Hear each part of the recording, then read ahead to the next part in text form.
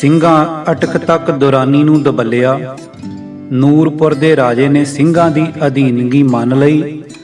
ਰਾਜਾ ਗੁਰਦਿੱਤ ਸਿੰਘ ਮੱਲ ਨੂੰ ਕਰੜੀ ਹਾਰ, ਸਿੰਘਾਂ ਦੀ ਅਦੀਨਾ ਬੇਗ ਨਾਲ ਟੱਕਰ ਅਤੇ ਸਰਦਾਰ ਜੱਸਾ ਸਿੰਘ ਨਵਾਬ ਕਪੂਰ ਸਿੰਘ ਦੀ ਅਗਵਾਈ ਵਿੱਚ ਸਲਾਬਤ ਖਾਨ ਨੂੰ ਮਾਰ ਕੇ ਅੰਮ੍ਰਿਤਸਰ ਦੇ ਉੱਤੇ ਸਿੰਘਾਂ ਵੱਲੋਂ ਕਬਜ਼ਾ।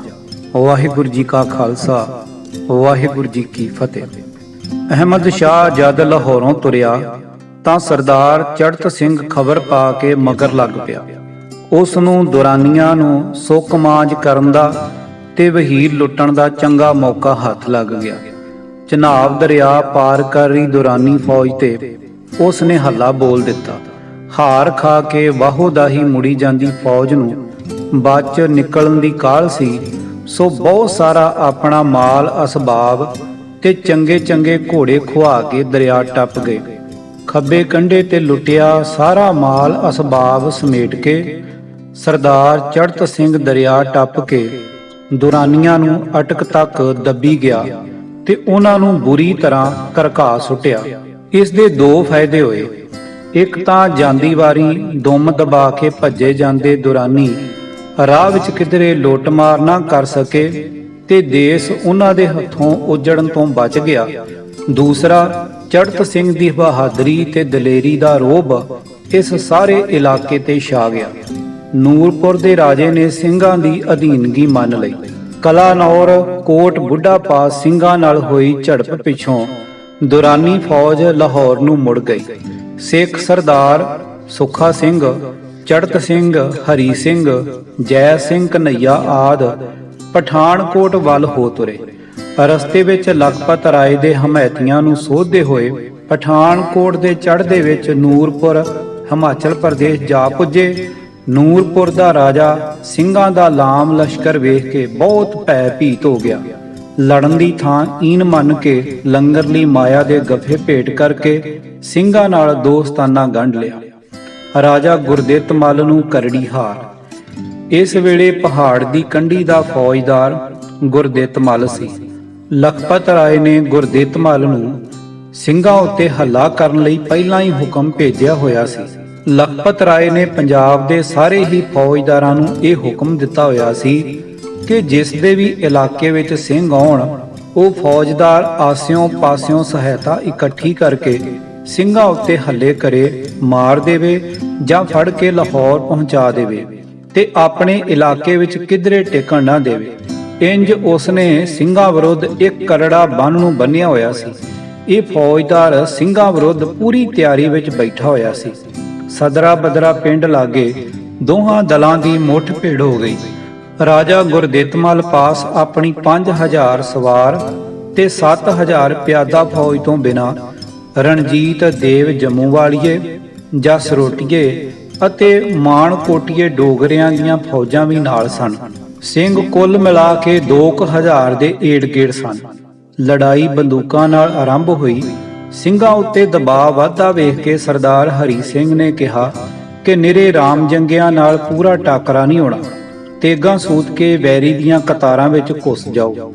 ਸਾਰਿਆਂ ਸਰਦਾਰਾਂ ਗੁਰਮਤਾ ਕਰਕੇ ਹੱਥੋਂ ਹੱਥ ਤਲਵਾਰ ਦੀ ਲੜਾਈ ਦੀ ਧਾਰ ਲਈ। ਹੁਣ ਉਹ ਬੰਦੂਕਾਂ ਦੀਆਂ ਵਾੜਾਂ ਝਾੜਦੇ ਹੋਏ ਹੌਲੀ ਹੌਲੀ ਚੀਤਾ ਚਾਲ ਅੱਗੇ ਨੂੰ ਵਧੀ ਗਏ। ਜਦ ਵਾਹਵਾ ਲਾਗੇ ਪਹੁੰਚ ਗਏ ਤਾਂ ਫਿਰ ਏਕਾ ਏਕ ਹੱਲਾ ਕਰਕੇ ਉਹਨਾਂ ਵਿੱਚ ਰਲ ਗਏ ਤੇ ਤੇਗਾਂ ਨਾਲ ਗੱਫੇ ਵਾੜ ਆਰੰਭ ਕਰ ਦਿੱਤੀ। ਇਹ 20,000 ਡੋਗਰੇ ਲੜਾਕੂ ਸਿੰਘਾਂ ਦੀ ਤੇਗ ਦੀ ਕਾਟ ਅੱਗੇ ਟਿਕ ਨਾ ਸਕੇ। ਆਪਣੇ ਕਾਫੀ ਬੰਦੇ ਮਰਵਾ ਕੇ ਤੇ ਘਾਇਲ ਕਰਵਾ ਕੇ ਜਾਨਾਂ ਬਚਾਉਣ ਲਈ ਜਿੱਧਰ ਕਿਸੇ ਨੂੰ ਰਾਹ ਲੱਭਾ ਹਵਾ ਹੋ ਗਏ। ਬਹੁਤ ਸਾਰਿਆਂ ਹਥਿਆਰ ਸੁੱਟ ਮੂੰਹਾਂ ਵਿੱਚ ਘਾਲ ਹੈ, ਅਸੀਂ ਖਾਲਸੇ ਦੀ ਗਊ, ਅਸੀਂ ਖਾਲਸੇ ਦੀ ਗਊ ਕੂਕ ਕੂਕ ਕੇ ਜਾਨਾਂ ਬਚਾ ਲਈਆਂ। ਰਾਜਾ ਗੁਰਦਿੱਤ ਮੱਲ ਬੜੀ ਮੁਸ਼ਕਲ ਨਾਲ ਜਾਨ ਬਚਾ ਕੇ ਨਿਕਲ ਸਕਿਆ ਤੇ ਬਿਨਾਂ ਅੱਗਾ ਪਿੱਛਾ ਡਿੱਠੇ ਜੰਮੂ ਵੱਲ ਭੱਜਾ ਤੇ ਉੱਥੇ ਹੀ ਜਾ ਕੇ ਦਮ ਲਿਆ। ਸਿੰਘਾਂ ਨੇ ਉਸ ਦਾ ਡੇਰਾ ਲੁੱਟ ਲਿਆ। ਵਧੀਆ ਘੋੜੇ ਤੇ ਸ਼ਸਤਰ ਕਾਬੂ ਕਰ ਲਏ। ਇਹ ਘਟਨਾ ਮਾਰਚ ਸਨ 1748 ਦੇ ਦੂਜੇ ਹਫ਼ਤੇ ਦੀ ਹੈ, ਜਦ ਕਿ ਅਹਿਮਦ ਸ਼ਾਹ ਦੁਰਾਨੀ ਨੂੰ ਮਾਨੂਪੁਰ ਦੀ ਲੜਾਈ ਵਿੱਚ ਹਾਰ ਹੋ ਗਈ ਸੀ ਅਤੇ ਉਹ ਅਫਗਾਨਿਸਤਾਨ ਨੂੰ ਵਾਪਸ ਮੁੜਨ ਦੀਆਂ ਤਿਆਰੀਆਂ ਕਰ ਰਿਹਾ ਸੀ। ਸਿੰਘਾਂ ਦੀ ਅਦੀਨਾ ਬੇਗ ਨਾਲ ਟੱਕਰ। ਗੁਰਦਿੱਤ ਮੱਲ ਦੇ ਇਲਾਕੇ ਦੀ ਸੁਧਾਈ ਕਰਕੇ ਸਿੰਘ ਪਹਾੜ ਦੀ ਕੰਢੀ ਦੇ ਨਾਲ ਆਨੰਦਪੁਰ ਸਾਹਿਬ ਆ ਗਏ। ਇਸ ਵਾਰ 4-5 ਮਾਰਚ ਨੂੰ ਹੋਲੇ ਮਹੱਲੇ ਦਾ ਮੇਲਾ ਸੀ। ਉਸ ਮੌਕੇ ਸਿੰਘ ਹਾਜ਼ਰ ਨਹੀਂ ਸਨ ਹੋ ਸਕੇ, ਇਸ ਲਈ ਹੁਣ ਗੁਰ ਅਸਥਾਨਾਂ ਦੇ ਦਰਸ਼ਨ ਕਰਦੇ ਹੋਏ ਦੁਆਬੇ ਵਿੱਚ ਆ ਗਏ। ਇਸ ਵੇਲੇ ਅਦੀਨਾ ਬੇਗ, ਜੋ ਜਾਤ ਦਾ ਅਰਾਈ ਤੇ ਸ਼ੱਕਰਪੁਰ ਪੱਟੀ ਲਾਹੌਰ ਦਾ ਰਹਿਣ ਵਾਲਾ ਸੀ, ਬਿਸਤ ਦੁਆਬੇ ਦਾ ਫੌਜਦਾਰ ਸੀ। ਦੁਆਬੇ ਦਾ ਪ੍ਰਬੰਧ ਕਰਨ ਲਈ ਇਹ ਆਮ ਤੌਰ ਤੇ ਹੁਸ਼ਿਆਰਪੁਰ ਲਾਗੇ ਬਜਵਾੜੇ ਜਾਂ ਖਾਨਪੁਰ, ਹਰਦੋ ਖਾਨਪੁਰ ਰਿਹਾ ਕਰਦਾ ਸੀ। ਅਹਿਮਦ ਸ਼ਾਹ ਜਦ ਮਾਨੂਪੁਰ ਦੀ ਲੜਾਈ ਵਿੱਚ ਹਾਰ ਖਾ ਕੇ ਵਾਪਸ ਆਪਣੇ ਦੇਸ਼ ਨੂੰ ਮੁੜ ਗਿਆ ਤਾਂ ਅਦੀਨਾ ਬੇਗ, ਮੀਰ ਮੰਨੂ ਤੇ ਸ਼ਹਿਜ਼ਾਦਾ ਅਹਿਮਦ ਪਾਸੋਂ ਛੁੱਟੀ ਲੈ ਕੇ ਹੁਸ਼ਿਆਰਪੁਰ ਨੂੰ ਮੁੜਿਆ ਹੀ ਸੀ ਕਿ ਸਿੰਘਾਂ ਨਾਲ ਟਾਕਰਾ ਹੋ ਗਿਆ। ਇਸ ਨੂੰ ਵੀ ਹੋਰਨਾਂ ਫੌਜਦਾਰਾਂ ਵਾਂਗ ਸਿੰਘਾਂ ਵਿਰੁੱਧ ਕਰੜੀ ਕਾਰਵਾਈ ਕਰਨ ਦਾ ਹੁਕਮ ਪੁੱਜਾ ਹੋਇਆ ਸੀ। ਪਰ ਇਹ ਅਦੀਨਾ ਬੇਗ ਬੜਾ ਚਤੁਰ ਤੇ ਗੁੜਿਆ ਹੋਇਆ ਆਦਮੀ ਸੀ। ਉਹ ਸਿੰਘਾਂ ਦੀ ਤਾਕਤ ਨੂੰ ਚੰਗੀ ਤਰ੍ਹਾਂ ਸਮਝਦਾ ਸੀ ਤੇ ਉਹਨਾਂ ਨਾਲ ਖਾਮ-ਖਾਂ ਵੈਰ ਸਹੇੜਨਾ ਨਹੀਂ ਸੀ ਚਾਹੁੰਦਾ। ਉਹ ਚੰਗੀ ਤਰ੍ਹਾਂ ਜਾਣਦਾ ਸੀ ਕਿ ਸਿੰਘਾਂ ਦੇ ਖੜਕੇ ਦੜਕੇ ਕਰਕੇ ਹੀ ਉਸ ਦੀ ਸਰਦਾਰੀ ਬਣੀ ਹੋਈ।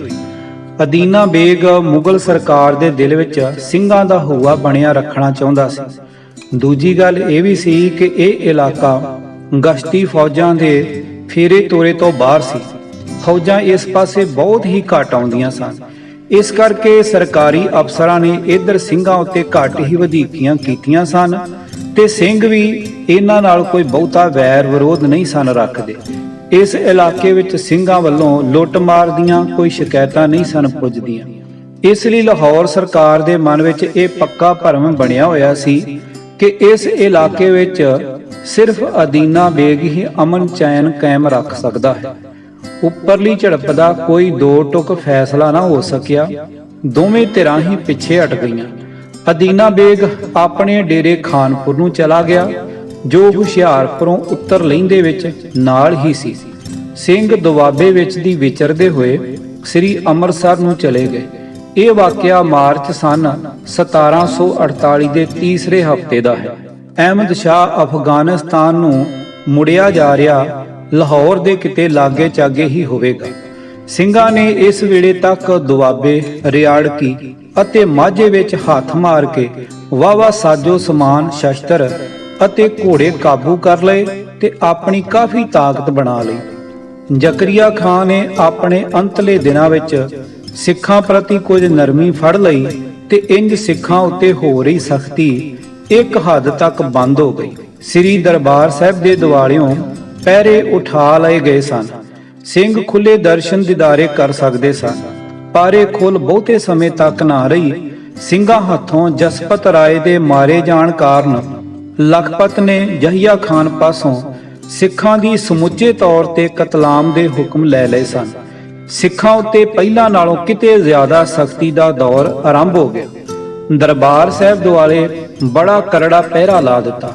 ਹੁਕਮ ਸੀ ਕਿ ਜੋ ਦਰਸ਼ਨ ਇਸ਼ਨਾਨ ਨੂੰ ਆਵੇ ਥਾਂ ਤੇ ਹੀ ਮਾਰ ਦਿੱਤਾ ਜਾਵੇ। ਤਰਨ ਤਾਰਨ ਤੇ ਉੱਤਰ ਪੱਛਮ ਵਿੱਚ 6-7 ਕਿਲੋਮੀਟਰ ਦੀ ਵਿੱਥ ਉੱਤੇ ਨੂਰਦੀਨ ਦੀ ਸਰਾਂ ਦੇ ਪਹਾੜ ਬਾਈ ਵਿੱਚ ਇੱਕ ਪਿੰਡ ਠਰੂ ਹੈ। ਇਥੋਂ ਦਾ ਰੰਗੜ ਸਲਾਬਤ ਖਾਨ ਰਾਜਪੂਤਾਂ ਵਿੱਚੋਂ ਜੋ ਮੁਸਲਮਾਨ ਬਣ ਜਾਣ, ਸਿੰਘ ਉਸ ਨੂੰ ਰੰਗੜ ਕਿਹਾ ਕਰਦੇ ਸਨ। ਲਖਪਤ ਰਾਏ ਦੇ ਹੁਕਮ ਅਧੀਨ 1747 ਤੋਂ ਫੌਜ ਲੈ ਕੇ ਸ੍ਰੀ ਦਰਬਾਰ ਸਾਹਿਬ ਟਿਕਿਆ ਹੋਇਆ ਸੀ ਅਤੇ ਸ੍ਰੀ ਦਰਬਾਰ ਸਾਹਿਬ ਤੇ ਸਰੋਵਰ ਦੁਆਲੇ ਬੜੇ ਸਖਤ ਪਹਿਰੇ ਲਾਏ ਹੋਏ ਸਨ।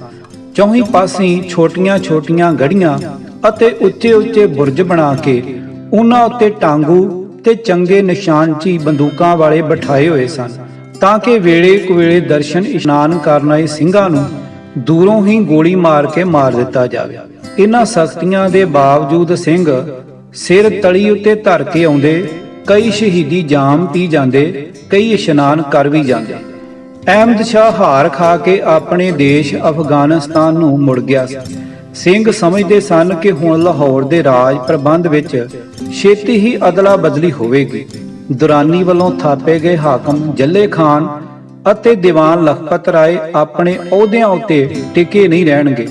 ਇਹ ਵੱਡੇ ਅਹੁਦੇਦਾਰ ਆਪ ਵੀ ਨਹੀਂ ਸਨ ਜਾਣਦੇ ਕਿ ਇਹਨਾਂ ਦਾ ਕੀ ਬਣੇਗਾ। ਇਹਨਾਂ ਦੇ ਹੁਕਮ ਦਾ ਤੋਰਾ ਟਿੱਕਾ ਵੀ ਖਤਮ ਹੋ ਚੁੱਕਾ ਸੀ। ਦਿੱਲੀ ਵੱਲੋਂ ਨਿਯੁਕਤ ਹੋ ਕੇ ਕੋਈ ਨਵਾਂ ਹਾਕਮ ਅਜੇ ਆਇਆ ਨਹੀਂ ਸੀ।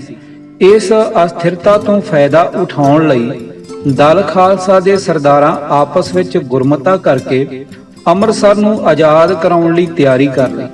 ਨਵਾਬ ਕਪੂਰ ਸਿੰਘ ਨੇ ਇਸ ਹੱਲੇ ਦੀ ਅਗਵਾਈ ਦਾ ਕੰਮ ਸਰਦਾਰ ਜੱਸਾ ਸਿੰਘ ਆਹਲੂਵਾਲੀਏ ਨੂੰ ਸੌਂਪਿਆ। ਹੁਕਮ ਮਿਲਦੇ ਸਾਰ ਸਿੰਘਾਂ ਕੂਚ ਕਰ ਦਿੱਤਾ ਤੇ ਆ ਕੇ ਸ੍ਰੀ ਅੰਮ੍ਰਿਤਸਰ ਨੂੰ ਘੇਰ ਲਿਆ। ਸਲਾਬਤ ਖਾਨ ਵੀ ਇੱਕ ਮੰਨਿਆ ਪਰਮੰਨਿਆ ਸੂਰਮਾ ਸੀ। ਆਪਣੇ ਜਵਾਨ ਲੈ ਕੇ ਉਸ ਨੇ ਸਿੰਘਾਂ ਨੂੰ ਆ ਲਲਕਾਰਿਆ। ਸਲਾਬਤ ਖਾਨ ਦੇ ਕਦਾਵਰ ਜਵਾਨ ਜੋ ਬੈਠ ਕੇ ਖੁਰਾਕਾਂ ਖਾਣ ਵਾਲੇ ਸਨ, ਉਹ ਸੈਂਕੜੇ ਜੰਗਾਂ ਯੁੱਧਾਂ ਤੇ ਜੰਗਲ ਬੇਲਿਆਂ ਦੇ ਵਿੱਚ ਰਹਿ ਕੇ ਮੁਸੀਬਤਾਂ ਝੱਲ ਝੱਲ ਫੌਲਾਦ ਵਰਗੇ ਮਜ਼ਬੂਤ ਬਣੇ ਤੇ ਚਿਤਰੇ ਵਾਂਗ ਫਰਤੀਲੇ ਸਿੰਘਾਂ ਦੀ ਮਾਰ ਅੱਗੇ ਟੇਕ ਨਾ ਸਕੇ। ਸਲਾਬਤ ਖਾਂ ਫੌਜਦਾਰ ਨੂੰ ਇਹ ਖਿਆਲ ਵੀ ਨਹੀਂ ਸੀ ਕਿ ਮਾਰ-ਮਾਰ ਦੇਸੋਂ ਕੱਢੇ ਹੋਏ ਸਿੰਘ ਕਦੇ ਆ ਕੇ ਉਸ ਉੱਤੇ ਹਮਲਾ ਕਰਕੇ ਇੰਜ ਘੇਰੇ ਵਿੱਚ ਲੈ ਲੈਣਗੇ।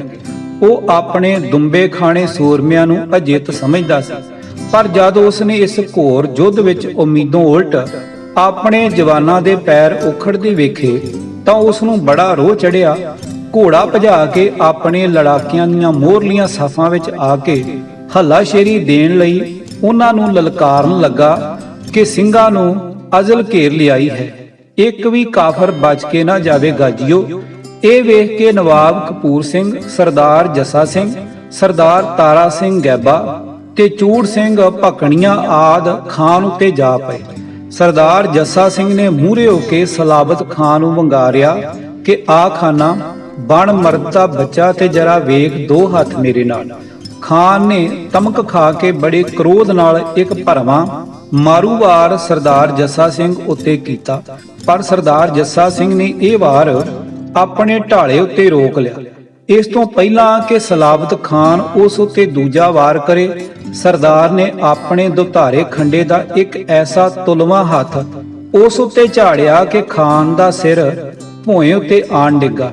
ਆਪਣੇ ਚਾਚੇ ਦਾ ਲੱਥਾ ਸਿਰ ਤੇ ਜ਼ਮੀਨ ਉੱਤੇ ਧੜ ਤੜਫਦਾ ਵੇਖ ਕੇ ਉਸ ਦਾ ਭਤੀਜਾ ਨਜਾਬਤ ਖਾਨ, ਜੋ ਚੜ੍ਹਦੀ ਜਵਾਨੀ ਤੇ ਬੁਰਜ ਵਰਗਾ ਕੜੀਅਲ ਜਵਾਨ ਸੀ, ਨੇਜ਼ਾ ਤਾਣ ਕੇ ਚੰਗਿਆੜਦਾ ਹੋਇਆ ਸਰਦਾਰ ਜੱਸਾ ਸਿੰਘ ਵੱਲ ਵਧਿਆ।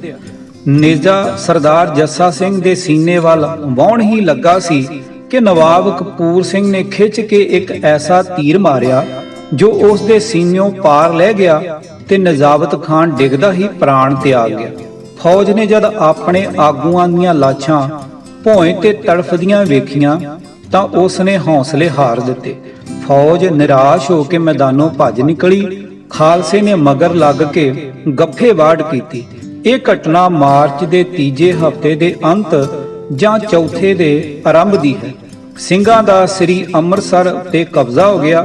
ਉਹ ਸਤਿ ਸ੍ਰੀ ਅਕਾਲ ਦੇ ਜੈਕਾਰੇ ਗੁਜਾਉਂਦੇ ਹੋਏ ਸ੍ਰੀ ਦਰਬਾਰ ਸਾਹਿਬ ਜਾ ਪੁੱਜੇ, ਜਿਸ ਦੇ ਖੁੱਲੇ ਦਰਸ਼ਨ ਦੀਦਾਰ ਖਾਲਸੇ ਨੂੰ ਕਈ ਵਰਿਆਂ ਪਿੱਛੋਂ ਹੋਏ। ਦਰਬਾਰ ਸਾਹਿਬ ਦੇ ਇਰਦ ਗਿਰਦ ਮੁਗਲ ਫੌਜਦਾਰਾਂ ਨੇ ਜੋ ਗੜੀਆਂ ਤੇ ਬੁਰਜ ਖਾਲਸੇ ਨੂੰ ਇਸ਼ਨਾਨ ਤੇ ਦਰਸ਼ਨਾਂ ਨੂੰ ਆਇਆਂ ਨੂੰ ਦੂਰੋਂ ਗੋਲੀਆਂ ਮਾਰ ਕੇ ਮਾਰਨ ਲਈ ਉਸਾਰੇ ਹੋਏ ਸਨ, ਸਭ ਢਾਹ ਕੇ ਭੋਏ ਨਾਲ ਮਿਲਾ ਦਿੱਤੇ। ਪਹਿਲਾ ਘੱਲੂਘਾਰਾ ਲੇਖਕ ਪ੍ਰਿੰਸੀਪਲ ਸਵਰਨ ਸਿੰਘ ਚੂਸਲੇਵਾੜ, ਆਵਾਜ਼ ਭਾਈ ਗੁਰਜੰਟ ਸਿੰਘ ਰੂਪੋਵਾਲੀ। ਵਾਹਿਗੁਰੂ ਜੀ ਕਾ ਖਾਲਸਾ, ਵਾਹਿਗੁਰੂ ਜੀ ਕੀ ਫਤਿਹ।